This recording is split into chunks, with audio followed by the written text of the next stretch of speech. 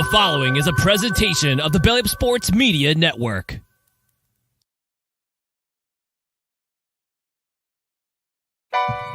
Ladies and gentlemen, it's time. It's Thursday. It's Korner Booth Pregame. You ready? No debate, cause they sold.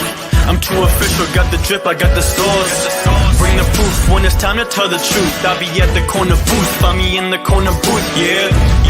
Still standing and defiant, slay the competition cause I'm walking like a giant. Bring the proof when it's time to tell the truth. I'll be at the Korner Booth, find me in the Korner Booth, Korner Booth.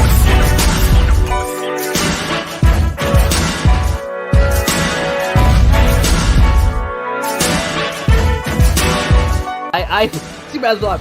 Kate, I feel like I have not officially said this. I've tiptoed around it. Kate, will you marry me? Do I have to answer now? Or No, you have time. You can think about it. You can think about a way to say no without hurting my feelings if you want. Oh lovely. I'll send you a letter. Just don't even. Right, cool. Thank you. Shit. I'll send you my address later so you can send it to my house. Yeah, I'm never giving you my address. I don't want you getting that close. Oh, I know.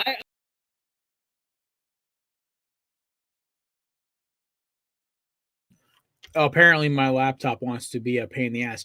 Ladies and gentlemen, welcome to the Belly Up Korner Booth Pregame, live presented by Belly Up Sports. I am your host, Jared Clem, alongside a amazing cast of characters, as always. We apologize for technical difficulties. My laptop decided it was not going to charge even though it was plugged in last night. So that may be user error on my fault because I may have not checked if the power switch was on when I turned the light off. That happens in a house built in the 70s, apparently. But that being said, we appreciate you all stopping by. Have a great show tonight. We were talking division run of the playoffs as me and Chris are still in mourning. But the guys who are joining us right now that are with us, their teams have been out for a minute, so they're in high spirits. Ladies and gentlemen, joining us now, of course, is my co-hosts, the legendary Swagoo, a.k.a. Jake Smigglesworth, a.k.a. Matt Ordazzo. I love the intros. I try my best, man. I wrote to us. I try to munch on pretzel. I thought you were going to talk more. No, I just as soon as I said that and you ate your pretzels, like, great. I didn't think of anything else. It's all good. I'm trying to take some. You watch the show, you know I'm like Brad Pitt. I can't stop snacking on shit. It's like a problem. That's why I dip so much. That being said, ladies and gentlemen, joining us also is the man, the myth, the legend. He's 10 beers down, 10 toes up, a.k.a. Blackout Chrissy. Ladies and gentlemen, Chris Lipoff. What is going on, dude? I literally forgot this entire week. I'm not going to lie to you. The Eagles probably killed me so much that I forgot to do everything. Oh, I almost snapped to my ball. I almost snapped to my direct supervisor. He's like, "What is wrong with you?" I'm like, "I don't know, man. I've had a rough week already. It's only Tuesday. My team got knocked out of the playoffs last night. The only thing giving me actual happiness, That being said, this guy always brings the happiness. Ladies and gentlemen, joining us now, host of No Credentials Acquired. He also is featured with his boy Snowman in the mornings with Coffees with McCarthey, and he's a rabid Jets fan. Albany Empire fan, if that still exists. I don't know. Antonio Brown might have blown it up. And, of course, an amazing human being and craft beer connoisseur and father of my third favorite cat in the world. Tag along, ladies and gentlemen, Ryan McCarthey. Gentlemen. Cheers for the intro. No, come on, man. You family. We got to make sure you get a good intro for you. Oh, thank you. That being said, my laptop already sounds like a fucking jet engine. This is why I charged my laptop in advance. Not tonight, folks. We're doing it live. Let's go, Bill O'Reilly. Oh my god. No, it's so funny. I made that reference once at a family dinner, and my father goes, "You aren't going to make that reference again without actually seeing where the fuck that came from." So I went and Googled it. And in the middle of a restaurant was just fucking crying. So that being said, it has been a crazy week, sports headlines wise, because obviously, when any week the Dallas Cowboys get knocked out, of course we have to talk about everything Jerry World related. That being said, fellas, it was announced today that the Cowboys are going to retain Mike McCarthy, and everyone and their mother has had an opinion. So we'll go around the table. McCarthy, you are the guest of honor, so we'll start with you. Whenever DJ's ass strolls himself in here, we'll let him go as well. Thoughts on them keeping your name brother? Well, first a disclaimer: we're not related. He's Pennsylvania McCarthy. I'm New Jersey McCarthy. So I just wanted to make that disclaimer. Just wanted to get that out there. That being said, this shows me that Jerry Jones is unserious as an NFL owner. He sold his soul for those 3 Super Bowl titles in the 1990s. Hasn't been back. He hasn't advanced past the divisional since then, since that 3rd Super Bowl. And him retaining Mike McCarthy and not going out and getting Bill Belichick or Jim Harbaugh to bring in shows me that he is completely unserious. And they will not win a title until either Jerry dies or he relinquishes control and finally gets himself a GM that can actually build a team. And to his credit, he's built a pretty good team, but he doesn't have the coach to put in place to help them go to the Super Bowl. And I think that my namesake, again, no relation, he's a decent coach, but for some reason he can't get this group of guys to the next level. Fair enough. That's fair. Maddie, what do you think? I'm not surprised. I wouldn't have been surprised if they didn't keep him, and I'm not surprised that they are keeping him. I believe this was his 4th season as the head coach of the Dallas Cowboys. In those 4 seasons, they've got 4 playoff berths, and he's just off his 3rd straight season with 12+ wins. And I believe he's got about maybe 2 division wins in those 4 years as well. So I'm not surprised they kept him for the success that he can definitely win you 12 games and get you to the playoffs. The problem is when you get to the playoffs, he's 1-3 as a Cowboys head coach. Now, we talked about this last show. My thoughts are, I think as long as Jerry Jones has full autonomy that he has, I don't think the Cowboys are going to get much farther than they get every year. I think it's time. Not everybody knows when it's their time. Sometimes it's on their own terms. Sometimes it's not on their terms. But I think it's time Jerry Jones alleviates himself of some of the duties that he has, because I just think it's time to pass some stuff down. Maybe that'll be a change that they need. But overall, not surprised McCarthy is staying. Even though there's probably going to be some better options that'll be out there. Oh, gotta be.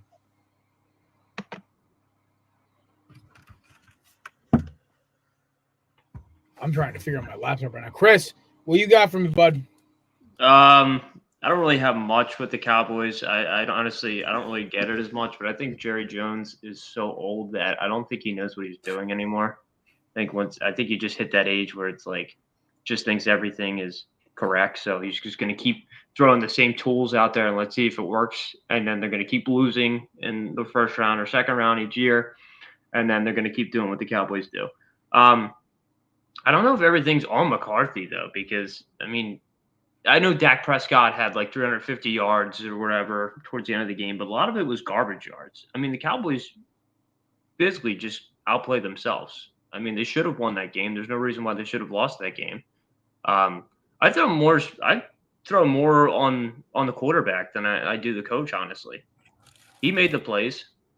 He was on the field to make the plays, but McCarthy's just calling the plays. But that's just how I see it. A thing with the whole thing too with that game is it like you said, the Cowboys shot themselves in the foot. This was a defense that was considered top 5 in the league with just how intense that pass rush was and how some of the secondary like Deron Bland really was able to step up in the absence of Trayvon Diggs for some of those games or a lot of those games. But it just felt like every time the Cowboys fought back like their usual Cowboy way, making that 4th quarter comeback down by 2 possessions, and that defense just would not give the offense any help. You got Dak Prescott throwing 3 touchdowns to Jake Ferguson the entire game with, like you said, 300 and something yards. It's not like he had a bad game, but it's just that defense just was not prepared. Yeah, but it's literally like I'm watching the game with my wife, and I'm like, wow, this is going to be the typical Cowboys comeback. Look at them go there. They got a 2-point conversion. They're down by 8 or whatever the score was at the time, and all of a sudden the Green Bay Packers just run down the field and ice it, and it's just the defense just gave up. It looked like. My biggest thing about all this was that I was watching this game with our boy Maserati. He came over, brought me some cigars. We were drinking beer, eating wings. My biggest issue with all of it was they looked dead from the start. There was no fighting them. They looked at least I'm not giving Philadelphia any credit here because they don't deserve any. But Here's the weirdest thing, right? I want to give them all this shit for how they fucked up. And they just were not, they looked, I don't know how to describe it other than they looked confused, almost like they just were not ready for the getting punched. And I guess the analogy I used this on Tuesday or Monday was it was like when you get in a fight and you just can't get your footing and you're just getting your ass beat from start to finish. You can't catch your footing to fight back, and you're sitting there just taking a beating. And that's what it looked like. They finally caught it, but at that point the fight was already over. They were swinging at a guy who was walking away. Yeah. But I mean, you're right. Who are they going to hire? That's the problem. It's like, are they really going to get Belichick? Are we being serious here? I don't think Belichick is going there.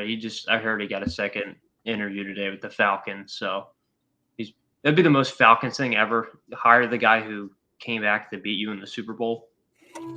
Yeah, I think that is honestly what's going to happen. Yeah. I thought right now talking to Arthur Blank. I think Jimmy Harbaugh to the Chargers is what's going to happen, fellas. Yeah, that's all making a lot of sense now. I thought for sure Bill was going to be a lock to go West Coast and retire in the nice sun and everything, but it's looking a lot more like Bill's going south to Atlanta and Harbaugh's going out west to the Chargers right now. Which, hey, the Falcons with Bill Belichick's not a bad gig at all. I mean, if you look on offense, they've got Bijan Robinson, Kyle Pitts, and Drake London. Really, all you got to do is just add another receiver with Drake London, get some little bit of, you could get maybe one or two offensive linemen to help him out a little bit. But I mean, right now, I believe they've got the number 8 overall pick in the 2024 draft. I just had to look at that.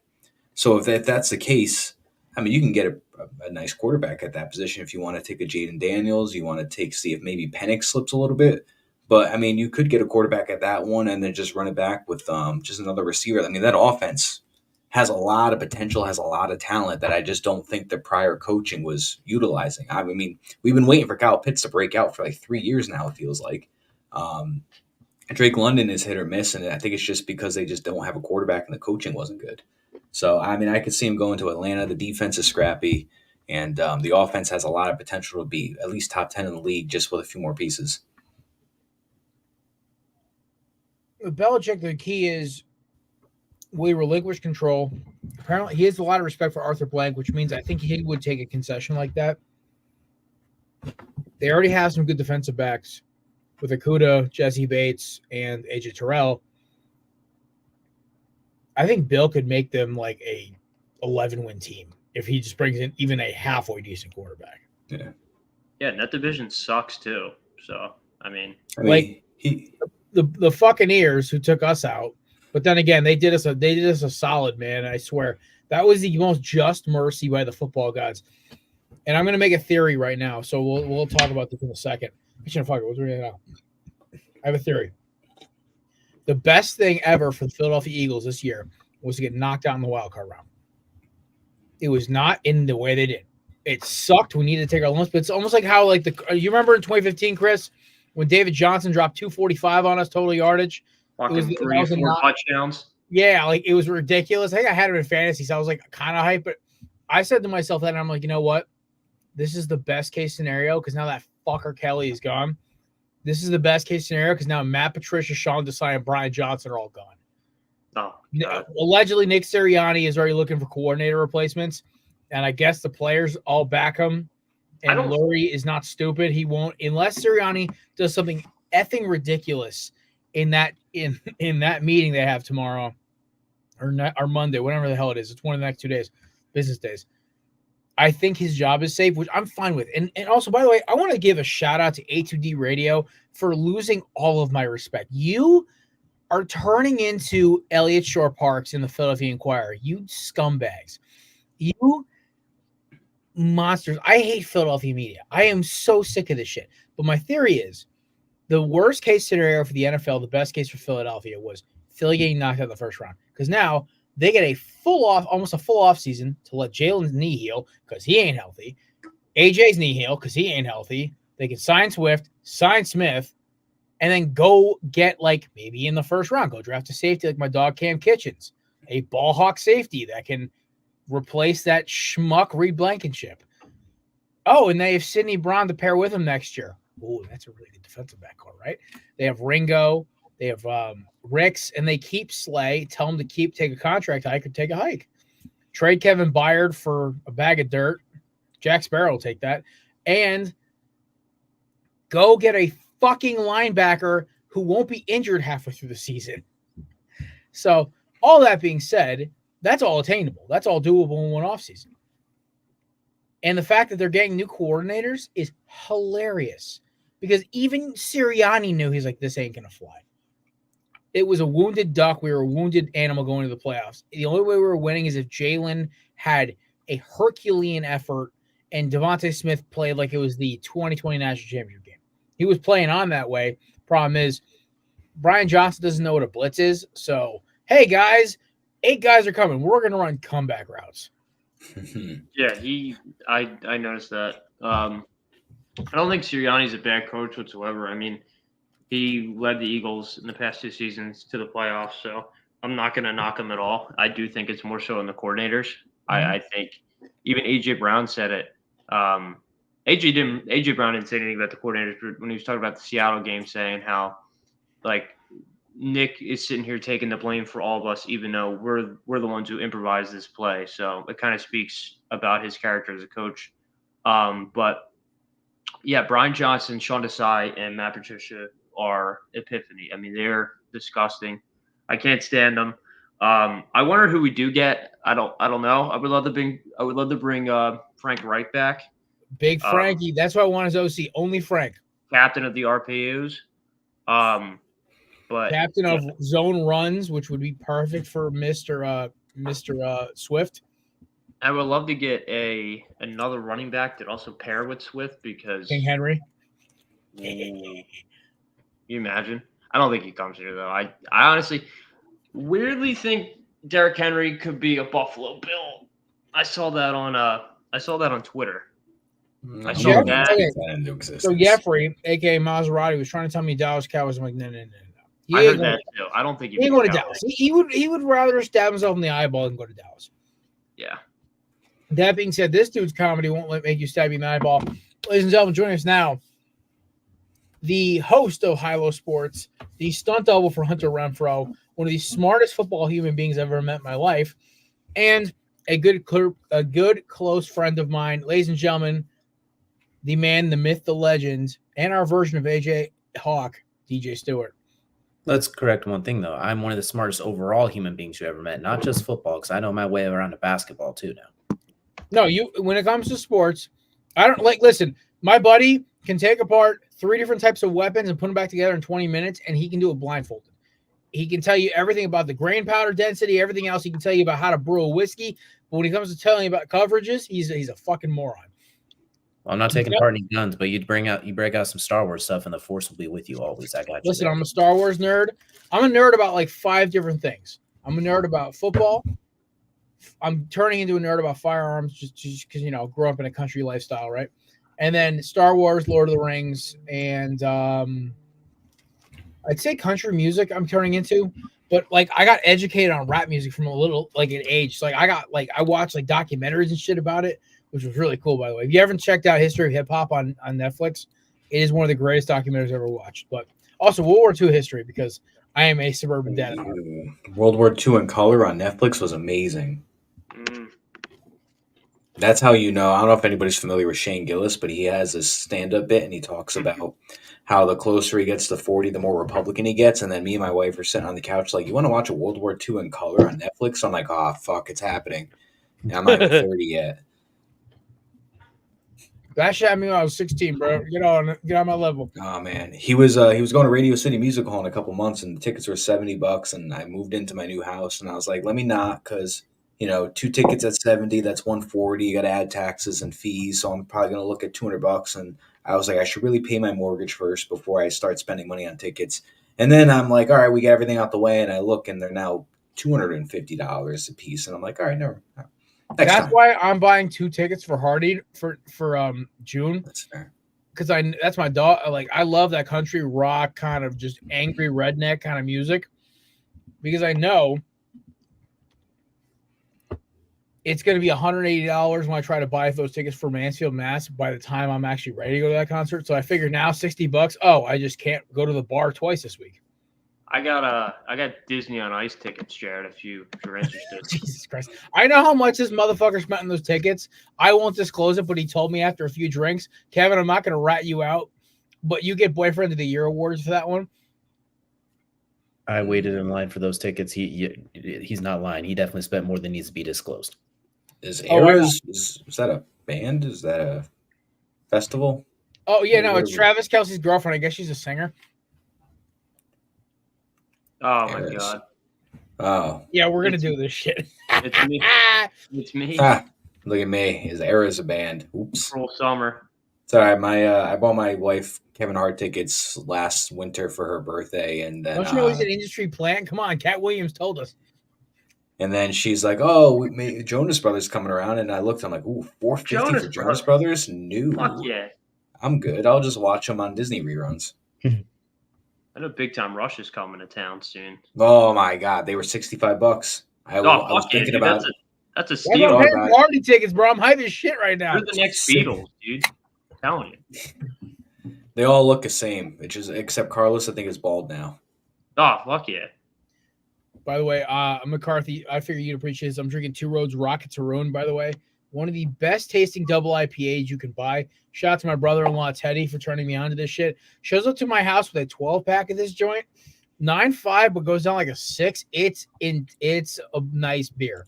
I cannot say that more. Thank God I have a decent alcohol tolerance because dropping 2 of these in an hour used to knock me on my ass, but I'm seasoned enough where it takes about 3 to get me to start slurring. So I'll do one better, McCarthy. Deer Park.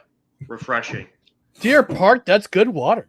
dude, I've been to Deer Park, New York, man. I've seen the fucking plant. Oh my God. I had to get off of that gas station across the street from the plant. It was really sketchy. Nice. Ticketmaster's still a scam anyway. It is. It's disgusting. SeatGeek is where you go, by the way. Promo code Belly of Sports for $20 off your initial purchase. Candidates. Let's go. $50 or more. I was gonna say you just fixed your hair, Chris, but I was about to say for the whole show, your hair looked like it had a question. It was like raising its hand. You had that one strand just stuck Yeah, straight dude. in the air. I got out of the shower. I look like I got electrocuted. You look like Ben Stiller from How I Met Your something about Mary. Oh, something hair about gel. Mary. Something Where's about- my That's baseball, funny. Ryan? Hair gel. Just Oh, it's hair literally gel. bringing back a great one right there. Oh God, Chris Where's has my Chris. baseball? Chris. What are you doing, Chris? Chris has had a rough day, man. So, Chris, you didn't actually get canned, did you? No, that was No, hilarious okay. stuff. No, that actually happened. No, Because I didn't get canned. we had somebody get laid off my company today, and I had to help her get shit into her truck or her car. I was like, this is so depressing. No. The last person from the company you're going to talk to, because I was the only person left at one of the office buildings, and I was because we have 2 locations in the same town, and I come back, I left that location, the main location, because I had to go take some photos for a customer of mine. He was like, "Oh, I want to see live pallets of the stone." I'm like, "Oh, fuck me, really?" So me out there in 0-degree weather with no gloves on, pushing ice and snow off these rocks for steps, sending it to him. Didn't even get a response. I'm like, "All right, fuck you, buddy." And so then I go back and I'm talking to this woman to chat with her, and then I leave, and then she gets off the phone with my desk guy. My desk guy goes, "Hey, is she okay?" And I'm like, "She seems really depressed." I'm like, "I don't know. She seemed fine when I left." Then I got an email that she's leaving, and I'm like, "Oh, well, this is uncomfortable." And then she comes in, and I'm the last person she talks to, and I have to load her fucking desk chair into her car. Wow, they're letting her take the chair. Not bad. Well, no, she brought it herself, I guess. Is it a chair That's lift? weird. All right, funny joke, but nope. Need one of them for the house. Will it take me up and down the stairs, or do I have to manually walk? You're gonna have to manually walk your lazy ass. It can take you down the stairs, but it can't. I mean, still- listen, Maddie, you know, it's so funny because I follow both you and your wife on Instagram, and I always love how she posts in the gym selfies. Have you been slacking, brother? Is she gonna be the fit one, and you're gonna be with the dad bod, or what? I'm at the gym probably at least 5 times a week. I just don't take gym selfies. I'm just busting your chops because we've been friends for 10 fucking years. I can't. What's I wrong see with her do it dad every day. bod? I'm like, Listen, no, McCarthy, I have a dad body because I drank too much in college and post college until about maybe I finally figured out how to drink without being a douchebag about it, and also helping my liver about 6 months ago. I was like, hey, drink 3 days a week instead of 6, and your body might not feel like crap in the morning. if I stood in the mirror at my gym and took gym selfies with my little hand on my hip like she does, there's a lot of things that I'd get called. By the way, we love you. I'm sorry, I didn't mean to bring this up. So I let her do her thing, and I just don't do it, and I just go for like just tag me, and then everybody will know I was there too. Yeah, I go to the gym. I just take a selfie and then I just leave. I'm just like, do people think splash some water on your shirt? Yeah, right. Then I go get McDonald's. Yeah, I'm like, oh man. There was a post that went around. It was my favorite gym post. It was like the first of the year comes around, and it was this big guy, and he's covered in sweat, and he just takes a picture of himself, and he goes, just took a shit, and now I'm ready to start working out. I'm like, oh my god, the fucking bullets. I love that fucking photo. My favorite was I was talking to a trainer at my gym once, and he's like, yeah, dude, I have this one kid, man. His mom drops him off for training, and then I see him after my training session, before he calls his mom to come pick him up, walks over to the Wendy's 2 doors over, gets food, and then gets picked up. I'm like, that just feels like you just killed the purpose at that point. Dude, I'm trying to get this SpongeBob anchor arms. Look at these. That's gonna be me by the end of the year. You're gonna have a square body and muscle arms. Oh yeah. Oh yeah. You know what's funny? He could have arched himself in the air that high, like that picture just showed, but he could not pick up that glass of iced tea at the bar. He said, "I remember I used to look like that guy right there, skinny fish." That's me. He said, "Who, me?" Oh man. Oh my god. Looked like Patrick and I asked if mayonnaise was an instrument. I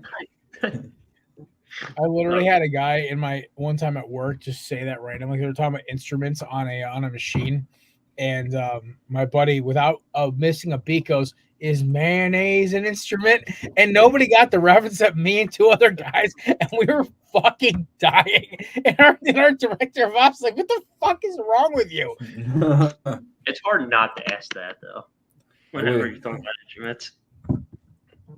I wish after he said no that he raised his hand again, and he could have been like, "No, Patrick, man, horseradish is not an instrument either." I love that shit, man. All right,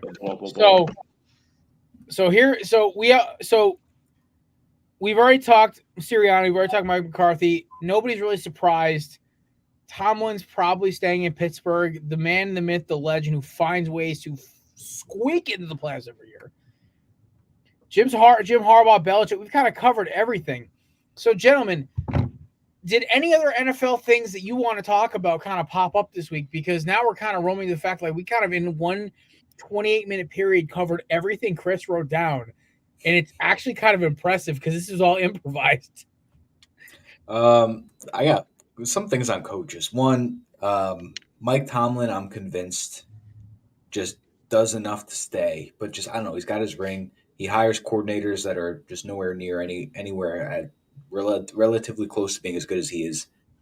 It's just he doesn't hire anybody that's like willing to get a job anywhere else. They're just not that. You get what I'm trying to say. It's just like he surrounds himself with lesser talent, so he's not overshadowed. And he's just like, he gets his above 500. Oh, but he got McCarthy. Oh, I got an NFL item. The Bears are interviewing Cliff Kingsbury to be their offensive coordinator. Yeah. Oh, okay. Justin Fields, run as fast as you can. You might not have to run. You should almost pray for Brian Johnson at this point. Oof. Oh, dude, everyone's putting in a good word for him on Twitter. Listen.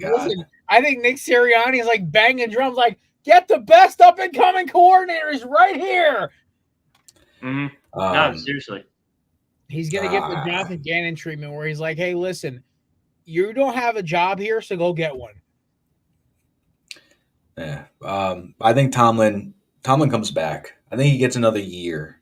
until they're kind of like, all right, buddy, we need some movement. So like, if you can actually do something in the playoffs, like I think maybe next year could be a hot seat year for him. But Sirianni, I don't think Pickett's gone. I think Pickett's gone. I think he's out. I think they're done.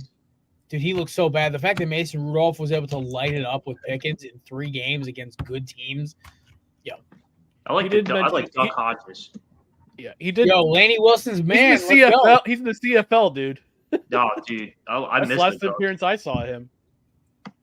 no, and then Sirianni, I think it's just crazy for the talk of people saying that they were going to fire him. I mean, he's been the coach for 3 seasons now. He's got 3 playoff appearances. He's won the division before. He's brought you to the Super Bowl. I think it's insane for them to get rid of him after those 3 short years. That's just my opinion. But I think Jalen Hurts said it best in his post game interview where somebody asked him about it, and he was like, "I wasn't aware he was leaving." That's the one guy that shouldn't probably be on the hot seat, in my opinion. No, listen, Sirianni, if this continues, yes. But let's also be honest. The Eagles gambled their chips and lost. But the Philadelphia Eagles also have a spoiled, entitled, rotten fan base.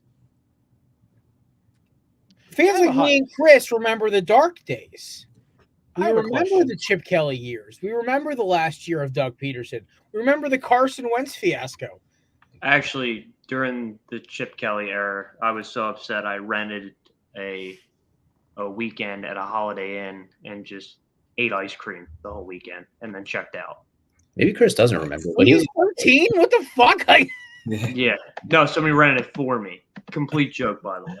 I was like, because I took you the way you delivered it. I thought you were fucking serious. I was gonna say, are you old enough to rent a hotel? I'm like, Chris, yeah, no, I'm Ryan. I'm 32. I'm 6'2", and I'm 250. So all those except for the last one are probably a lie.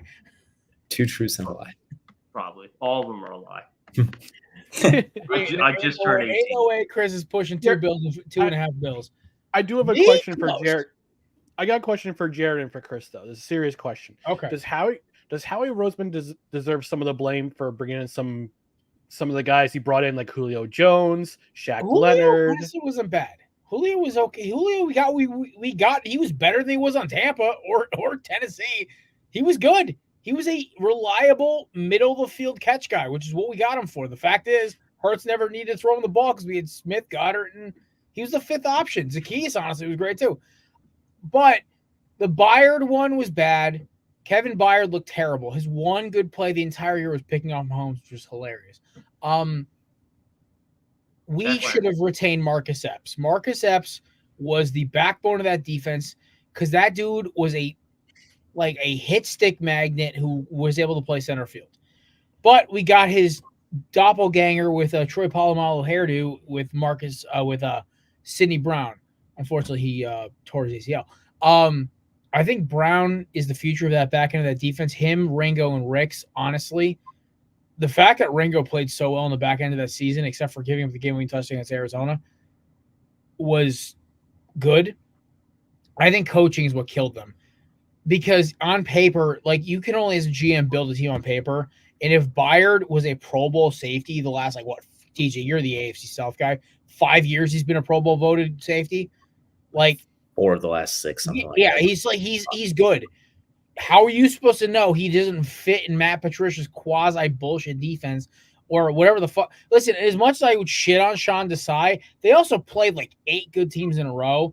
Sirianni made a panic move, put Patricia in. Patricia had an okay game against Drew Lock, and they still lost. The Patricia move was what killed our season. I thought it was a great move. Desai honestly should have stayed on the sideline. I think Desai should stay on the staff. I just think that he should not be a defense coordinator. I think he was overprotected. I think he should stay in the system because he has good ideas. He just makes wrong executions. Also, for the love of Christ, what happened to our pass rush? That's the biggest question. Losing Javon Hargrave should not have affected our pass rush this bad, or Ndamukong Suh. And the fact that Sue and Ertz both talked to the Eagles and decided to stay retired instead of come back should have told you something. So this is, like I said before DJ got here, this is the best case scenario for Philadelphia and the worst case scenario for the rest of the NFL because you give them now basically the entire offseason minus 6 days to figure their shit out. Also, by the way, we also talk about the fact that Philadelphia also and Kansas City Both played deep into February. Kansas City is probably going to lose to Buffalo this weekend, and nobody should give them shit because they're playing with basically me, Chris, DJ, and Matt as receivers, and McCarthy is the backup tight end. And pretty good situation. And listen, DJ, we're going to play more flag football when we do the fantasy football expo this year. You want to see how good of a route runner I am. I have a big announcement since I'm the backup tight end of Kansas City. I'm dating BB Rexa now. Wait, I'm dating the chick who's playing the older cousin in Ted now. Georgia Wiggum, what up? That poor Good woman. job. I'm It is. single. I don't got anything else. Listen, Yeah, but if you tell women if you tell women you're 30, you're 6'2" and 250 pounds, they'll come running to you. Oh shit. Yeah, and that you're like a wide receiver 1 or 2 on an NFL team, they'll go running for you. Also, exactly. I'm the assistant producer who occasionally helps with New Heights. You know Taylor Swift's boyfriend? Sure. Oh my God. Well, you just got to tell them, be like, oh, I'm 30, I'm an NFL receiver, and I'm 6'2", 240. And then you'll be like, listen, stuff's not cheap, this and that. Like, if you could just send me $10,000 for this coming season's. I got the pickup line, guys. I got the pickup line because I'm still single and in my 40s. Say, I know Tom Brady. You know Tom Brady? No, but I was born 17 days after him. Well, there you go. Your dime, my time. What is on your sweet mind? Wow. There you go. Love language. You were, Valentine's Day. Use the promo code Canada. Chris, it's belly up 20, Chris. I did use the promo one time. Yeah, well, me and Matt literally have probably refurnished their office with how many times we use their promo. Yeah. I buy usually 3 Biggie bags at a time, and I usually go through them at least a month and a half at a clip. So I probably drop at least $200 on candidates every year, at minimum. Jeez, it's a lot of candidates. Or is it not enough? Oh. Yeah, look at the other side. Probably is enough, but Listen, even my coworkers are like, they can just tell. They can tell how bad my day is going by how many pouches I'm packing when either I leave, I'm in the middle of my call sessions, or I'm on my break. So if I have 1 or 2, normal day, but I could use a little pick-me-up, right? 3 or 4, oh Christ, get out of his way. This kid is about to go on a homicide spree. Or I'm pitching in baseball. For some reason, to pitch, I need to have like a bunch of CBD. Don't ask me why. It worked in wiffle ball and a regular baseball. Like when I'm packing about 4 or 5 of those pouches, I'm like locked in like a fucking laser printer. I won't miss. That's how I was today when I ate those 6 packs of gummy bears at lunch. Chris, that's just called a sugar high. Dude, it was insane, dude. And it's a Rebo gummy bears, man. Come on. Yeah. With at least sugar free. If he eats 6 packs of sugar free, his intestines are probably curled over and dead. He wouldn't be on the show. Yeah. No, that's why I didn't have the rundown. This is an AI talking right now. all 30 years old, 6'2" and 250 pounds of you. All right. Oh yeah. Mm-hmm. That's where all the gummy bears are going. So we've definitely, it's what's so funny about like all this weekend. We have 4 games left, right? We have 4 games. Yeah, we have 7 games left of football, guys. 7. Sad. Let that sink in for a second. Sad. It is sad, Chris. You can say what's on your mind. I won't put you in the penalty box just yet. Okay. So I'm thinking like way ahead for some reason. So for the Super Bowl, okay, hypothetical, because I'm not in it at this point in the race anymore for the 6-pack.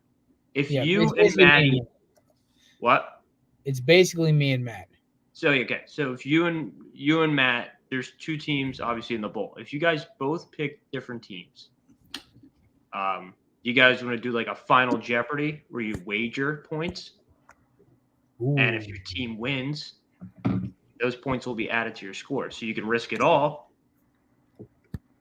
or risk a few. That's only if you guys pick different teams. That is interesting. Well, the only thing is, I know Jared's not going to not pick the Lions, and I'm not going to not pick the Lions too. Well, no. Like I said this, so my boy Trev, who listens to the show, he goes, "So who you rooting for?" I'm like, "Well, I'm rooting for 3 teams. I'm rooting for CJ Stroud and the Stroud boys. Chris, Barstow copied you, bro. They caught scumbags. Get the lawsuit ready." All right, I'm talking to the higher ups right now. I'm texting Mike. Be like, hey, this isn't the Nigerian prince. Give me $10,000. I won't sue you for your trademark, copy. Oh I just need your PIN number and your bank account number. Social security number works as well. Also, I'm and I need to know just in case, I 250. need to know your favorite pet's name and the street you were born on. Yeah, mother's maiden name too. That's a must. No, because nobody ever fucking does that shit. I do every time. Dude, I always do like some random shit that only I would know. Hey, what was the first superhero comic book you read? I was like, fuck yeah, that nobody knows it is me. Yeah, I get those security questions, and I always freak out because I'm like, oh gosh, do I want to say the entire thing? Do I want to shorten it? Will I remember? Yo, what I'm right? gonna write Like I down? take a picture of the fucking sheet and put it on my phone. I'm like, fuck that shit. I refuse. Anyway, I have, so yeah. we have to get on a serious note for a second because obviously if you are familiar with Belly Sports at all, you know we are very, very, very friendly with our friends over at Craft Brew Sports. Now, Craft Brew Sports, Mike, Mookie, and Scotty are 3 of the best dudes I've ever met in my life. They are friends of the show. They've all been on the show multiple times. Now, unfortunately, we received news on Tuesday that their intern, Caesar, passed away over the weekend. That being said, Mike and the amazing guys over at Craft Brew not only did an amazing show for Caesar, where they basically put some of the best moments of this kid's life. And by the way, I want to say something about this gentleman. Caesar was one of the funniest human beings I've ever met in my life. The fact that I couldn't get him on my show because he was such a hard worker, he would arrange his schedule for Craft Brew Sports and still hustle his job. Funniest motherfucker I've ever met in my life. I don't really usually mess around and talk to Cowboys fans and Texas fans. This kid was so fucking funny. I don't think I've ever not watched the show and not cried my eyes out laughing. And if you ever want a reason to doubt that, go look up this clip about Nick Bosa on January 6th. You see me, who generally leans right and libertarian, crying my eyes out. I'm laughing so hard. And the fact that this dude had that opinion, there's only one thing we could do. And the boys at Craft Brew have decided they are not only going to raise some merchandise with Caesar in mind. So you love this logo. I love this logo. It's on hats. It's on merchandise. That link is on our Instagram. It's going to be on our Facebook, on our Twitter. We're going to put them after the show, Instagram already. Link on IG is the best way to do it because I tried to do the link on the thing and it's terrible. But listen, all proceeds go to Caesar's family. He's an amazing kid who had dynamite energy that was irreplicable. And this is the best way you can support his family. And we are here for him. We loved Caesar. We love the boys of Craft Brew. We're here for his family as well. All I'm going to say is me and Matt are buying our hats. I've talked to a bunch of people at Belly Up there are as well. There's a bunch of merchandise available. Go check it out. It's on our bio. It's on the Craft Brew Sports page as well. And if you haven't yet, go watch Craft Brew Sports episode from Tuesday. Listen, I'm not going to lie. I'm not the toughest guy in the world when it comes to shit like that with loss and with death and everything else. But Mike, Andrew, aka Mookie, and Scotty put on a masterclass of what it means to be a good friend, be a good coworker, and be a good host. And they put on an amazing show that you have to watch because it is not only a show where you're going to cry, you are going to laugh your ass off, and you are going to feel a real sense of camaraderie and of love for each other as fellow showmates. So that being said, that link is going to be on our bio and on our Instagram for the next couple weeks. Well, forever if we can have it that way. And all proceeds go to Caesar's family for an amazing human being, an amazing kid. I'm trying not to get choked up right now. And one of my favorite human beings I've ever talked to. even though every time this kid talked to me, he busted my balls about being an Eagles fan. But I knew he meant it because he was just an awesome sports fan. Love the kid to death. Love Mike, Scotty, and Mook to death, and how everyone turned up. So, by the way, shout out to everyone who showed up. I know I saw most of you guys in that chat. I know a lot of you guys watched. I swear I was checking the numbers on that show. Astronomical, which was I was so proud to be a member of the Belly of Sports team because of that. Like I was telling my old man, I said, Dad, I've never seen a live stream on YouTube racking numbers like this off the rip. This is amazing. And that was awesome to see. So that being said, we will have the link up on our Instagram, Twitter, Facebook, TikTok. Everything will be up there. Go check it out. Go buy a hat, stickers, whatever merch they have up there. Me and Matt's hats are on the way. We're going to be wearing them at least I'm going to wear them next when it gets into the show. I'll be wearing it every day. It's for a good cause, for an amazing. I ordered mine. I ordered mine while you were talking about the Eagles in the first segment. Fuck yeah! I'm gonna need one, so I'll probably order one. There you go. My hair's there you go. I can't throw any more love than that to our boys over Craft Brew. Love them to death, man. And there's my boy Mikey B. Love him to death, Mike. Mike, love you, brother. Love you, Scotty. Love you, Mook. And we're here for you. So that's what it is, man. And I just, this makes me proud to be part of Belly of Sports because the amount of camaraderie I've seen as people even just like resharing the link, just throwing a little love to Craft Brew, throwing some in the comment, awesome stories about Caesar. It's a good thing to see, and it shows why this company is what it is because it really is like it's like a brotherhood. A lot of us have been in the trenches with each other for a long time, like McCarthey, DJ, Maddie and Chris. You guys are newer to this, obviously. McCarthey and DJ, you guys have been in this shit with me since 2021. Fifth year with the company right now. Fifth year with the company. Fifth year of the company. I'm going on my sixth. Like shit. Like we've been in this for a hot minute. 6 months. Yeah. Chrissy's been. Good for you, Chris. Good for you. Maddie's almost on 2 years with Belly Up. He's kicking ass. So, all that being said, right? When one of our own passes away, it's a time for us to come together and make sure all of us are here for each other. So, that being said, we are here for Caesar's family and of course, for our Craft Brew friends and for anyone who is affected by this. So, link is in our bio. Link is on our Instagram, Twitter, Facebook, everything. So just go check it out. I put it in the chat. Yeah, he put it in the chat already. This is the way to do it, folks. And I am never been more proud to be friends and associated with the Craft Brew Boys because they went above and beyond for that. So that being said, I'm going to try to talk about gambling in the next 5 minutes. So our next segment is the six pack presented by the amazing people at Camps.com. Promo code BELLYUP20 for 20% off. Listen, if you're a guy like me who dipped for way too long and are lucky that you didn't lose some teeth, it is an amazing company. They run their shit together. They'll offer your listen. The fact that they sent me my entire order again because they shorted me in a 10, that just shows the amount of.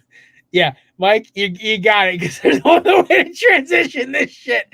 And this is, listen, it's the only best way I can do it is by doing it in my way, right? So, listen, Candidates, official promo code BELLY20 for 20% off, official sponsor of the six pack. So, gentlemen, we're putting out the chorus for this one.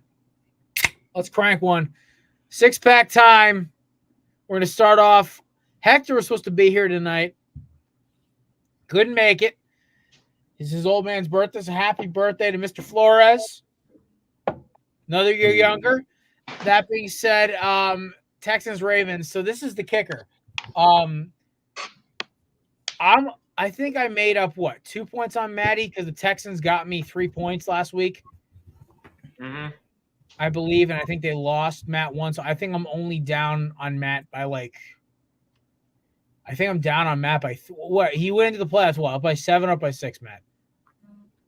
I don't even remember. I think I had like a 6-point lead. Okay. Like that. So after everything, I think I'm only down on you by 3. You said down on you. I know. I was going to see if let me let it go. But the thing is, this is because we. Shit. Go ahead, Jared. Fuck. What? Oh no, He keeps cutting you off, and he's like, looking "Fuck." at the score. Sorry. All right, give us the Dude, score, kid. this might be a 1-point game. Oh God. Oh fuck! The Jalen Carter jersey There was, mine. I think there was another game that I missed on that I think we picked the opposite of, but I don't remember what it was. Okay, so Chrissy, you know the rules. Go in, tally them up. We'll have it by the end of the show. Obviously, we'll start talking, and I'll kind of take a break when it's time for your turn to talk. See, this is why I love Chris, because Chris will go in on his phone and just start fucking going away like a little tech wizard. And I was like, all right, somehow by some equation that I can't explain, Jared is losing by 3 points. And I'm like, okay, buddy. Yeah, I'm down 15, so I'm in a good spot. So, Chris, you know what you do? Just take straight upsets, and you might be able to catch up. Yeah, that's fair. Oh, actually, ooh. My man just said, fuck it, we're chugging some Acme Dynamite at this bitch. Let's do it, dude. That being said, this game is awesome, and it sucks. It sucks that I have to, like, two teams that I actually am rooting for are playing each other. So let me ask you this, fellas. We're not picking game here. Show me a roadmap for the Texans to win. DJ, you got one for me, or it's a shot? It's shot dead. The Ravens secondary gets hurt like it always does, or Lamar does not play very well. That's kind of their roadmap. But if all things are created equal, there is a very, very blocked path of CJ Stroud playing better than he did against Georgia at any point in his life. So here's the kicker, right? The beautiful thing about the playoff rules, I don't know if you guys realize this when I read them out last week. The playoff rules almost encourage you to take upsets because you only lose a point. You don't lose a point if you take upsets. You just don't get a point. If you take a big favorite and they lose, so let's say the Texans win by 3, right? Or like the Texans pull off the upset, or they cover and I don't lose a point. But let's say Lamar and the Ravens play like they did in 2019, the first round, and lose to an upstart AFC South team, DJ. Yeah, it's 6.5 dozen. The Titans weren't upstart. They were kind of, we'll digress there. All right, hey, degenerate gambler, your hands up, go. Okay, so since the Cowboys the line was -7 last week, and all of us took the Cowboys, that is a minus a point for all of us. Ooh. Oh, did not lose a point. They pick the Packers. Mine does not matter. Okay, DJ gets points here. Yeah, but DJ and Kelsey's don't count for our overall jersey bracket because they weren't here the whole season. Okay, I did the calculation. It's done. It's over. I'm fucked. I'm already out. So, we got Maddie. It is a 3-point game. I did hit an upset. I did hit my upset though with yeah, Texas. you did. Yeah, I got that. Maddie's got 105. You're at 102. Let's go, baby! Hold on. I got 89. Maybe I'll add 16. My man's got the spirit. Yeah, maybe. Yeah, you know what? I'm in the top 3, dude. I mean, no one thought I'd be in this position. Fucking Mason just stopped fucking not only texting us back, but also like stop picking games. What a loser! I was kidding. Yeah, he sent me the Aaron Rodgers "Good luck, lose my number" text that he sent Schefter when he did that retreat. He's like, "You took my spot. Good luck, lose my number." Yeah. I hope Mason is doing well. I was a little disappointed he never texted me back when I asked him if he wanted to come on the show for Christmas party. I was like, the fact you'd even open the message kind of hurts my feelings a little bit, but I was like, okay, we were on a show for a year together, but whatever. That being said, yeah, you know what? Fuck it, because DJ made a compelling point. I'm kind of starting to think about maybe taking the Texans here. Mccarthey, how are you feeling about this game right now? DJ, I know you kind of gave a roadmap to it. We'll kind of circle back to you before we make a pick here. This is what I love about only 4 games. We can kind of talk a little more in depth about it. McCarthy, how are you feeling about this game right now? Good teams win, great teams cover. And although I'm taking the Ravens to win, Texans cover. I think Texans will make it more difficult than we think it's going to be.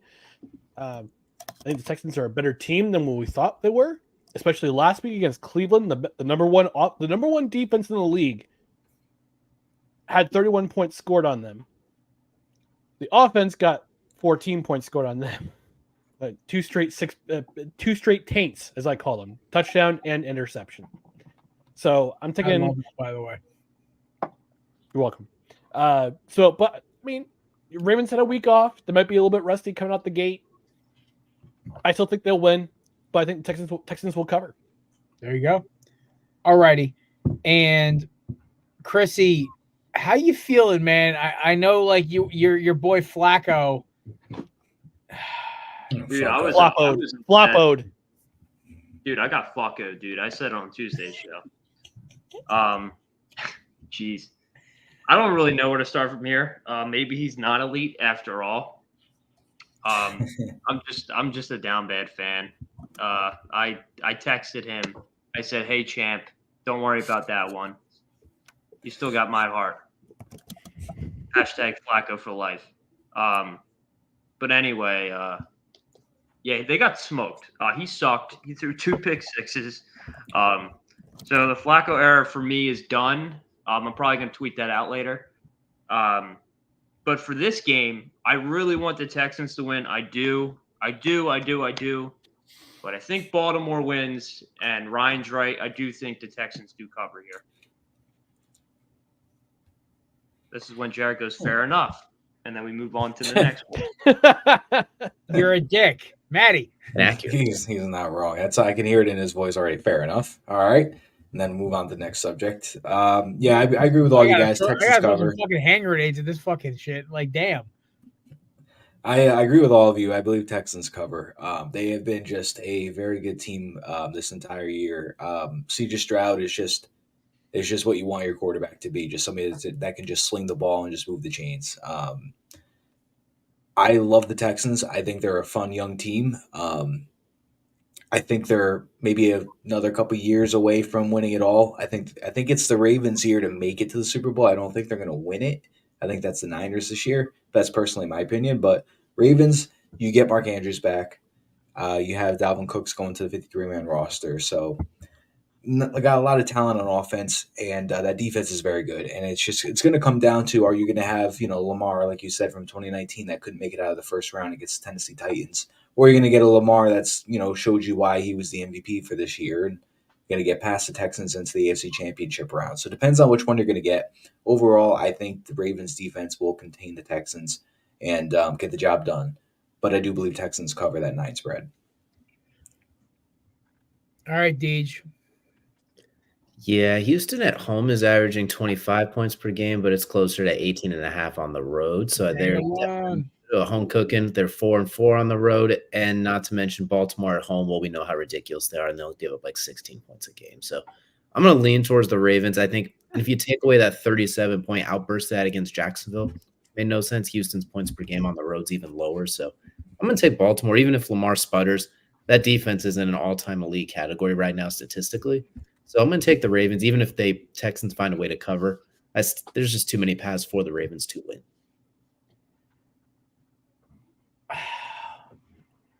You know what the worst part is like, I know I'm down by 3 to Matt, and I don't know how he's going to pick the other games because, let's look at the lines are -9, -3, -9.5, -6.5. I got to take one upset here to make myself not feel like a complete not degenerate. So I'm going to take the Texans because for some fucking reason, the NFL wants the Bills to win the Super Bowl this year. I am fully committed to that conspiracy theory, and it's a lot easier to beat the Texans than it is to beat the Ravens. Mark Andrews is coming back possibly, though, too. Yeah, to hobble on half an ankle, just get knocked out by one of their linebackers? Come on. Hobbled Mark Andrews is better than fully healthy Dallas Goedert. Ooh. True, because Mark Andrews would have dropped a wide open flag route. I'm looking at you, Dallas, who's named after a shitty Texas city. That being said, first reason not to take him. Hey, listen, he's a good tight end. It's just it's an okay tight end. Yeah, listen. Also, by the way, fuck Philadelphia media and national media for trying to say that him and Jalen were fighting. If you read Andrew, if you read Goddard's body language, he was apologizing. There was no anger in any of that gesture if you look back at the fucking video. But I digress because the NFL media wants the Eagles to suffer and burn.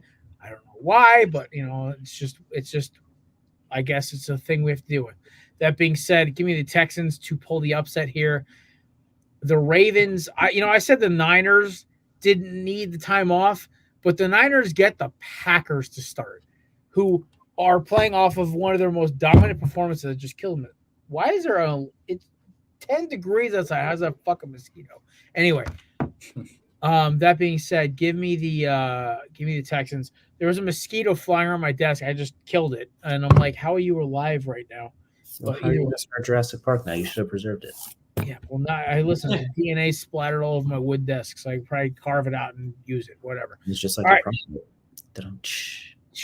Okay, we're gonna go to the other Saturday game, which ironically another big line. Packers 49ers. I'll start this off quickly. Packers might cover, but they're not winning. The 49ers are winning this game. I think Green Bay shocked the world, and I kind of feel like I should have taken. Half of me was starting to agree with DJ towards the end of the episode last week. And I said, you know what? Just be safe, because if you're wrong, you're going to feel like an ass. But I was wrong, and I did feel like an ass. So that being said, give me the 49ers here. They may not cover because I think the Packers are going to get a lot of long throws off, and I think that the 49ers are going to be a little sloppy. But I think the 49ers against, if like Philly won or Dallas was playing 49ers, or they were playing like, I don't know, the Packers, I feel like, are like the one team they could play. I'm like, okay, we got this. This isn't going to be 2022 when Jimmy G threw like 3 interceptions. There was 40 punts. It was -12 out. This ain't going to happen. So yeah, give me the Packers to pull this one off here and lose by a lot. Wait. What? Pull this one off and lose by a lot? I was trying to see who was paying attention. Yeah, give me the 49ers to thump the daylights out of the Packers. They may cover on a backdoor, kind of like Dallas would have covered if you took them at +14. I think the line got to at one point.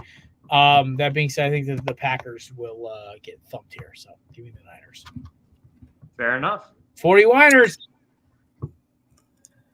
I'm going to stick with what you got going on. I'm taking the Niners as well. I think there's a chance the Packers can cover, but I think that was lightning in a bottle last week when they beat Dallas. I mean, I know it's not completely surprising, just Dallas's track record in the first round, but I think the Cinderella story stops here. I think the Niners bring the Packers back down to reality. I think that defense gets after Love early, and I think the offense just runs away with it. And I think it's just going to be an all-around 49ers game. So give me the Niners to win. There you go. Chrissy.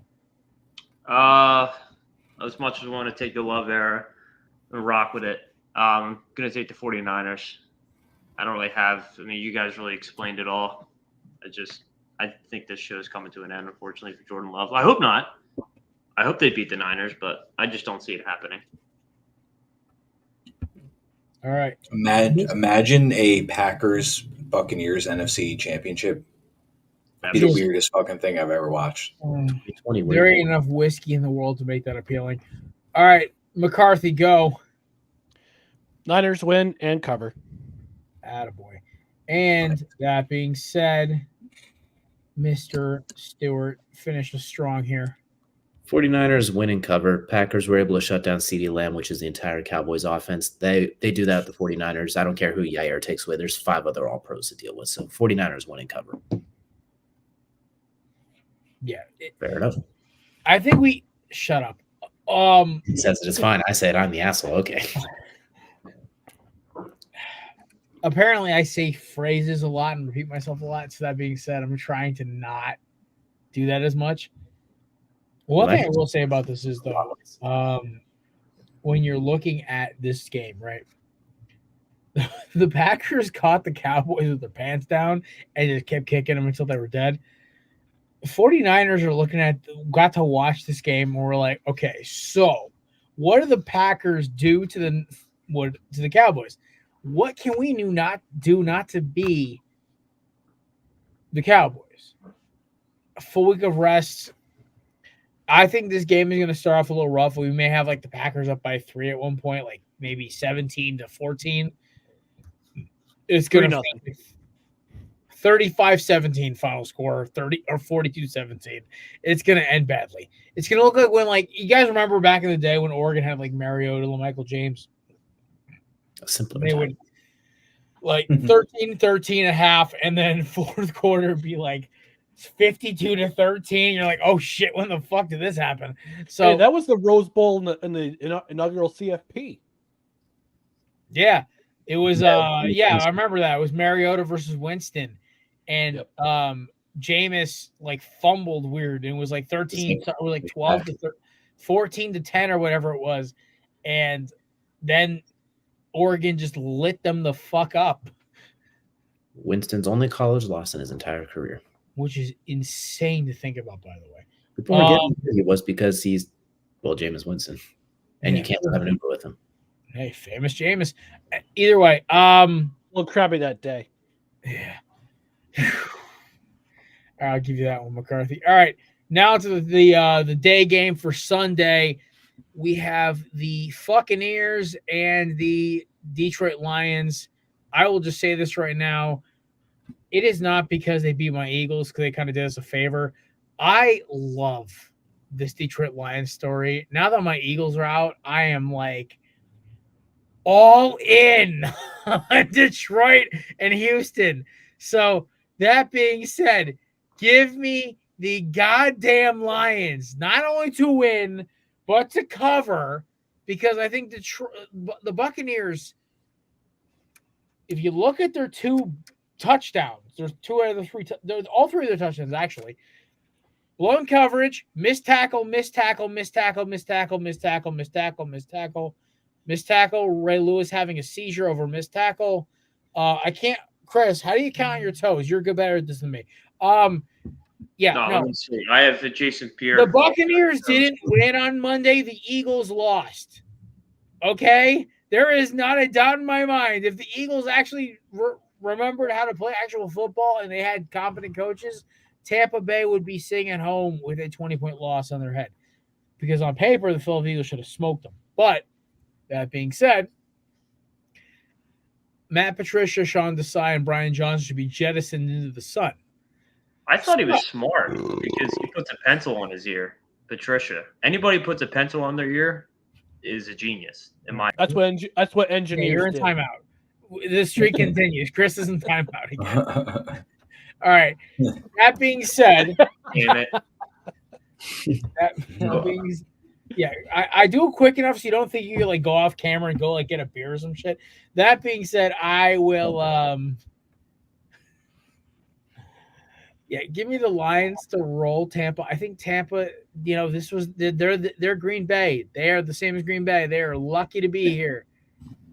They took a couple shots and now I almost want to like boot you again for that comment in the private chat, but we're not going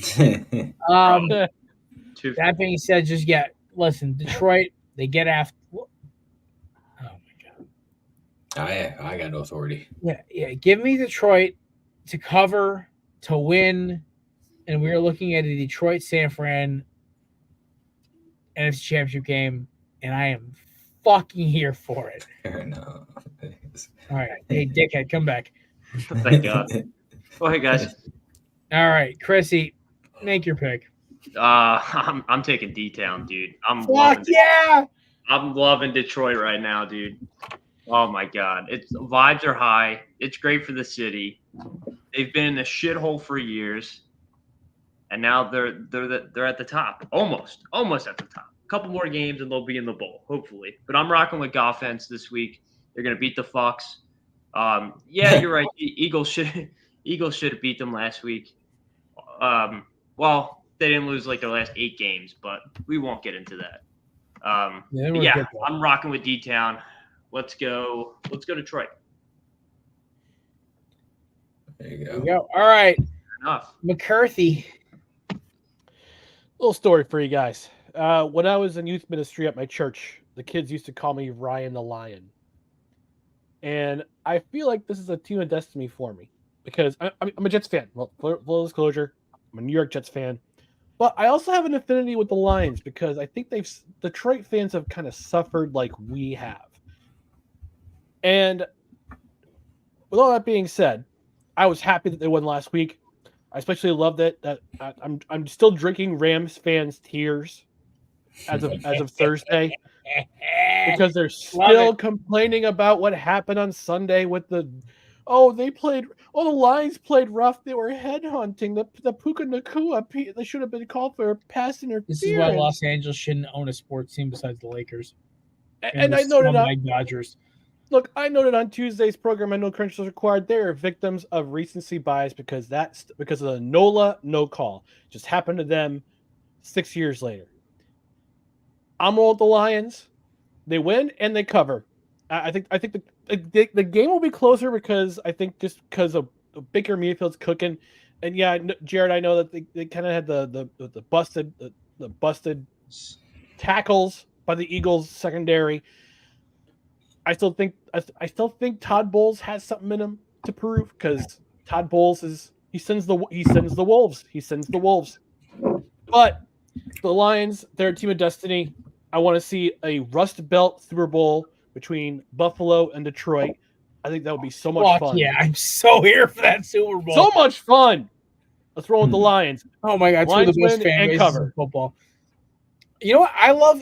Before we move on to Maddie and DJ, I will say this: I love when great fan bases represent a Super Bowl. So like last year, we had Philly and KC.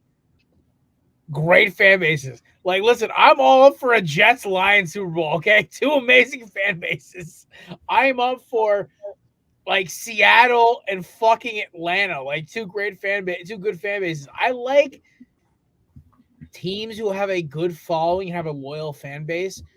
That to me is almost if my team's not in, I want teams that like their fans bring the energy. Like I don't want a fucking LA versus Cincinnati Super Bowl. Like nobody gives a fuck. Give me Browns versus fucking San Francisco. Like give me the fucking don't give me the Dolphins. No, not the Dolphins. They're tea sippers. No. Listen, the only team that the city of Miami roots for hard is the Heat and the Hurricanes. That's it. Nobody else cares about the Dolphins or the Marlins. All right, like although you'd be surprised about I'm not Panthers fans in Florida, but yeah, I found that out too when I was when I think it was I was watching formerly of this network. I think it was a puck pass when they were talking about the Panthers fandom in Florida was just insane to me. Either way, and now even they're more relevant success. That being said, better fan bases win, and I think that right now we have. Yeah, no, I approve of all 8 fan bases that are still available. Yeah. Shout out to Captain Lou. Shout out to Detroit. Shout out to Mike and Zach Mack too. Yeah. Mike and Zach Mack, yeah. I haven't talked to Zach in so fucking long. Either way. All right. Deej, who you got? We'll take the Lions and the cover too. The Buccaneers aren't playing a team that doesn't want to tackle this week, so I'm going to take the Lions to win comfortably. And they're playing an offense that has more than just go route and QB draw. I'm gonna put the theory up there that the Eagles threw that game on purpose. Yeah, that's whatever you got to say for the next 8 months, guy. You know what? I figured I'd throw it out there, maybe just to save myself some shame. That you know what's better than that damn field, if only that field? No, listen, I will burn MetLife's turf to the ground. Well, I'm talking about Arizona field last year. I'm talking about the Super Bowl field. He combined both stadiums, McCarthy. I'm okay with burning MetLife field. Okay, so here's the thing. That's a public service. The fact that the guy who runs the turf is a diehard Chiefs fan, and it seemed that no Chiefs players seemed to have traction issues the entire game. But I don't give a fuck about that because it came down to a bullshit holding call, but whatever. Maddie, finish us off here, and then we'll go to the last game of the day. Very impressed with what the Bucs have done this year. A team led by Baker Mayfield, coached by Toilet Bowls, made it 9-8, winning the division, get into the second round of the playoffs. I wouldn't have thought they would have been in the NFC division, let alone I thought the Saints were going to have that division easily, but here we are with Baker Mayfield in the NFC Divisional round. However, I think, like I said with the Packers, I think the Cinderella story stops here for them. I'm still not sold on Todd Bowles as a head coach. It's not me being a disgruntled Jets fan. He was here for 4 years. It didn't work out. I don't really see that much of an improvement over there, but I think they're getting there with the talent. But the Lions are just like McCarthy said, it's hard not to root for the Lions when you're a Jets fan because they're like the one fan base that understands. Like they get that there's been no good times in the last 50 years plus. And for us, it's 50 something years. For them, it's a lifetime. But so it's hard not to root for the Lions. And I got the Lions in this one. I think they're good enough to cover and win. They're just playing for a lot, and that whole city's behind them. And you thought that wild card game at home was going to be loud. That divisional is going to be insane. So give me the Lions to walk away with another win this week. There you go. All right. Last but not least, Chiefs and Bills. Closest game of the weekend. We get a reincarnation of the coin toss, but this time it's in Buffalo. Patrick Mahomes' first road game in the playoffs of his career. Let that sink in for a second. My man has got, 12 postseason games under his belt now? Somewhere around that, 11, 12, I think is his 12th game. Yeah, I'm going to take Buffalo. I think they are the NFL's team of they are last year's Eagles. They are the team of destiny this year. Now, if they take a fat L to some team from the NFC, Detroit, that could be different. That being said, I think the Chiefs took advantage of the fact that they were more prepared for the cold weather than Miami was. Miami limped into the playoffs and got beaten down like it was a South Park episode. Fuck you, Dolphins! Fuck you, Dolphins! I won't do the accent because I'm the one with the louder mic. But, yeah, it looked like a South Park episode out there. They're just kicking Dolphins. Tuna cans out here. That being said, give me the Bills here. They are ready for the cold weather and the nastiness. And also, by the way, they have been looking forward to this since the coin toss and the Chiefs getting the number 1 seed because of a canceled game. The Bills have so much angst against the Chiefs. It's a no-brainer. Buffalo, this is their game. Now, if they can beat whoever comes out of that Houston-Baltimore game, that's a different story. But this is their magnum opus. This is their big one. So, yeah, give me Buffalo.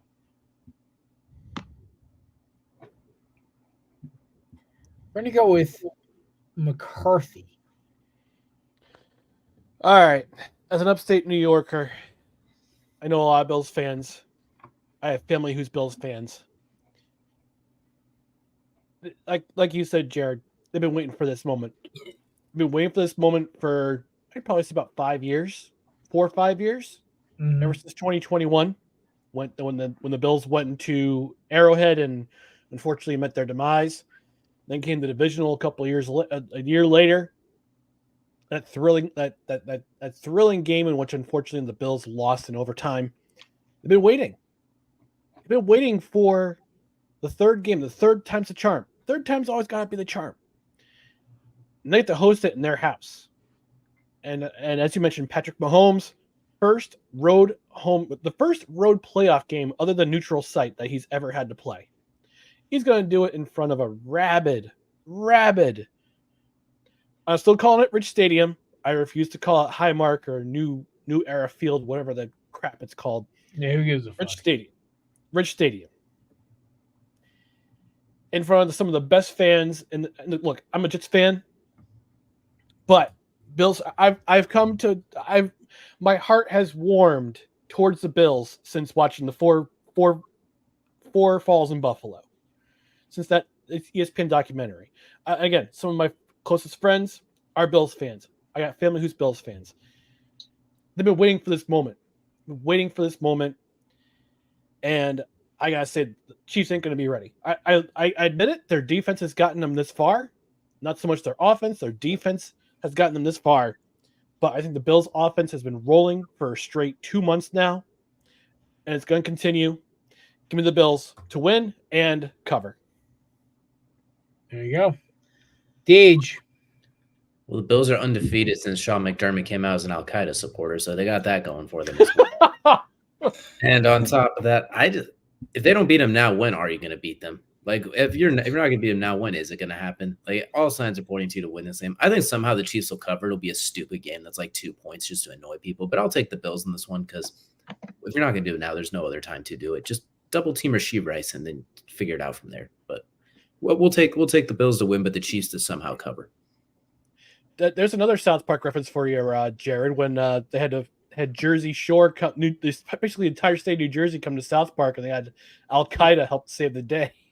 Fuck New Jersey. I forgot about that episode. New Jersey. Oh my God! I All right, remember Chrissy. He wants smush smush. Oh God, dude, what the fuck is that thing? Hello. It's a Jersey thing you wouldn't understand. Yeah, it's a Jersey thing. Muff cabbage. Yeah, everything. You got West Jersey, South Jersey, North Jersey, East Jersey. Bills jersey. Oh my God. All right, what are you taking there, brother? Me? Yes, you. Oh, okay. Shit. No, the other Chris. Oh, fuck. Okay. Yeah, the I guess Nigerian I'll take prince. the boy. Yeah, I'll take the boy. I love losing 6-pack picks. I'm rocking with the Bills this week. Like DJ said, if you're not going to beat them now, when are you going to beat them? And plus, you're playing at home in Buffalo. It's a different story. Usually they were playing in Arrowhead at the times they lost in the playoffs, but I'm rocking with Buffalo. I just don't think the Chiefs offense is that good. So I'm taking the Bills at home. And I do think they cover. All right, Deej. I already picked. Oh, that's right. McCarthy, not picked. I picked. Already picked. Maddie. There we go. Jared. Third time is the charm. Sounds like Jared's brain got smushed.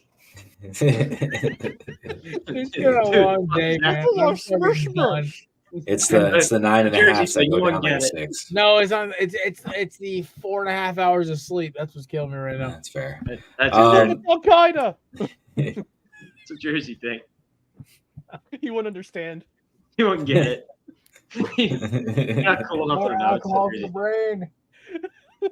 Oh man, I needed the Chiefs to do me a solid last week and beat the Dolphins, and that's what they did for me. And now they don't need to do me any more solids; they can just go off into the sunset. And I'm sure there's a joke out there for me to talk about solids, but I'm going to take the Bills here. So I think McCarthy can agree the Bills are probably the least disliked team in the AFC East. I think we actually as a whole, I don't mind them. I mean, I think the fan base is pretty humble and they never gave me any issues at MetLife. So as far as I'm concerned, they're fine to me. I'm willing to sign a peace treaty to cross stadiums and just visit them one day. But I got the Bills winning this one. Everybody was pretty much talking about it. It's the revenge game. It's the third time's a charm. They get to do it in their house this time. Mahomes' first road playoff game, and I'm pretty sure he's been a starter for 6 seasons now. So it's just insane that he's never been on the road before. But the Bills, I think, take this one. It's going to be a close game. I don't know who's going to cover. I don't know if it's going to be a 1 point, 2 point, 3 point game, but it's going to be within one possession, and I think Bills win it late. So give me Buffalo to advance to the championship game. Did you offer them tins of candidates for that peace treaty? The Buffalo Bills sponsor. Listen, they were very humble. Up 20 at checkout. They were very humble. They said all it took was wintergreen camel snus. They didn't want the good stuff. They just said they know what they like. And Christ. Everyone knows the better camel snus flavor is Cool Mint. Wintergreen camel snus tastes like ass. Just rip a Zin. If you're not Zin. Okay, no, listen, Zin is pussy shit. Get some real fucking tobacco. As I got sick of Zin. If you're Zin and you're winning. No, listen. If you're sinning, you might as well be fucking just sitting on your sitting on. If you're sinning, you're winning, Chris. Sinning, that accent's killing you. Sin. Sinning. It's a Jersey thing. You wouldn't get it. You wouldn't Aren't you in understand. fucking Pennsylvania, you fucking degenerate? Yeah, I'm Pennsylvania. I can. Oh shit. Yeah, I can gamble here. All right, 25 legger coming. I'm betting You on can horses gamble again. New Jersey and New York too. Christ. Jeez. Yeah, I'm in the tri-state area. This is, All right, this Jared. is- Let's see what horse I'm betting on tonight. He's You got betting a on horse some, name like, like some horse from like the middle of fucking Yemen. Like it's gotta be dodging artillery shells to win the fucking race. Yeah, I bet on like looking at Lucky last week. This is the other one I had. Oh man, Looking to get they got a lucky. horse named like Lucky Charm, Oh. like the It's cereal. brought to you by I Al don't think it's Qaeda. magically delicious. All right, we got Full Moon Lover. That's a good one. Or what's this other one? Let's Get Pickled. Ooh, it's a Jersey thing. You won't get it. No, I think we all got that one. Whether it's Oh, Jersey, we got that one. I like Let's Get Pickled. Let's Yeah. get pickled. All right, fuck it. throw Let's in get the house pickled, and let's folks. get pickled. While Chris tries to gamble his wallet away, we appreciate you stopping by. Please check out the link in our Instagram bio, our Facebook, and our Twitter. It'll be up for the foreseeable future to support Caesar's family. That being said, we appreciate you stopping by. Shout out to our sponsor, SeatGeek. Promo code BellyUpSports for $20 off your initial first purchase. Promo BellyUp20 is the promo code for candidates. Promo code BellyUp20. Once again, at checkout, and of course, Mahler Bros. BellyUp 15, I believe, or it might be Belly Up Sports. I don't know. Josh never tells me his shit. For 15% off at checkout. That being said, ladies and gentlemen, we appreciate you stopping by. We hope you have a great weekend. Stay warm. It's fucking cold up here in the Northeast. God damn. Took like 10 minutes to get my fucking truck running hot today. And hope you have a great weekend. We'll see you on Monday for the Korner Booth podcast, episode 278, where me and Chris won't be in mourning. We'll just be laughing because probably some team we hate. Actually, no, we're going to have to wait to the NFC Championship game for the other team we hate to lose. That being said, folks, shout out to Ryan Mccarthey. You can find him at No Credentials Required. McCarthy, where else can we find your amazing content? Well, No Credentials Required is 2 days a week now. So Tuesdays at 8 and Saturdays, the morning brunch edition at 10 o'clock Eastern on our YouTube channel. Also find us on Facebook and Twitter. I'm getting back into the written content. Last year I was kind of a little bit of a funk in terms of writing, but I'm back. I'm back, baby. And I'll have another article hopefully tomorrow. So check it out at bellyupsports.com. Writers are weird, man. They're like TV actors. you only say that because you can't write or read. I can read and I can write. I just can't spell. There's a difference. Spelling is wrecking. Yeah, you see the title of the episode? Or All right, Well, Hey, Jackass, where can we find your content? Well, Jackass narrows it down to the 5 of us. Way to go there. But catch us at High Low Sports for everything: Twitter, Instagram, X, Facebook, all of it. YouTube, favorite place to catch podcasts. Go and check out our latest episode where Kelsey has to deal with the Cowboys letting him down yet again, and a little bit of a Dak impersonation in there as well too. So go check that episode out. Okay, here we go. You gotta sound like you're dying a little bit more. You gotta sound like you got some COVID on Well, you. I mean, working for Jerry Jones, you feel like you're dying inside anyway. So, that being said, ladies and gentlemen, we can find all me and these two of the gruesome twosome at everything Korner Booth Pod on Twitter, Instagram, X, Facebook, Hinge. The gruesome You twosome Hinge? sounds worse than let's get. What is going on here? Oh, fuck yeah. YouTube. Yeah, I figured saying Hinge might get somebody to check some shit. Bird gang. No, you can find me on Hinge. You can't find. I don't know. I can't speak for Chrissy, but I know Matt. If Matt's on Hinge, I'm kicking his ass until next week. Yeah, Oh, Matt's dude. fucking married. All right. That being said, ladies and gentlemen, we appreciate you stopping by. Shout out to our sponsors, Candips, Mahler Bros, Belly Up Media, and of course, SeatGeek. We will catch you guys on Monday and enjoy the weekend.